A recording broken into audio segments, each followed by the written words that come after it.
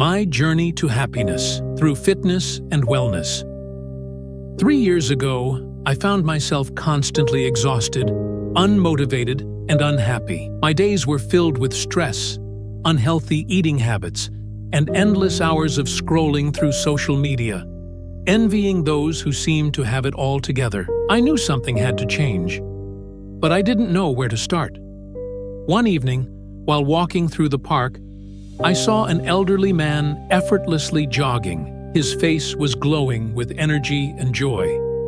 It struck me, happiness isn't just about success or money. It's about feeling good inside. That night, I made a promise to myself. I would prioritize my health and well-being.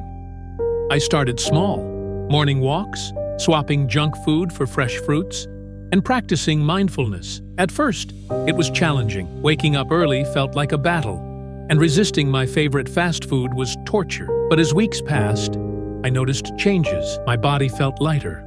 My mind became clearer, and I started smiling more often. Then, I discovered yoga. It was a game changer. Each stretch, each deep breath brought me closer to inner peace. I learned to listen to my body and appreciate its strength. Fitness was no longer about losing weight or looking good.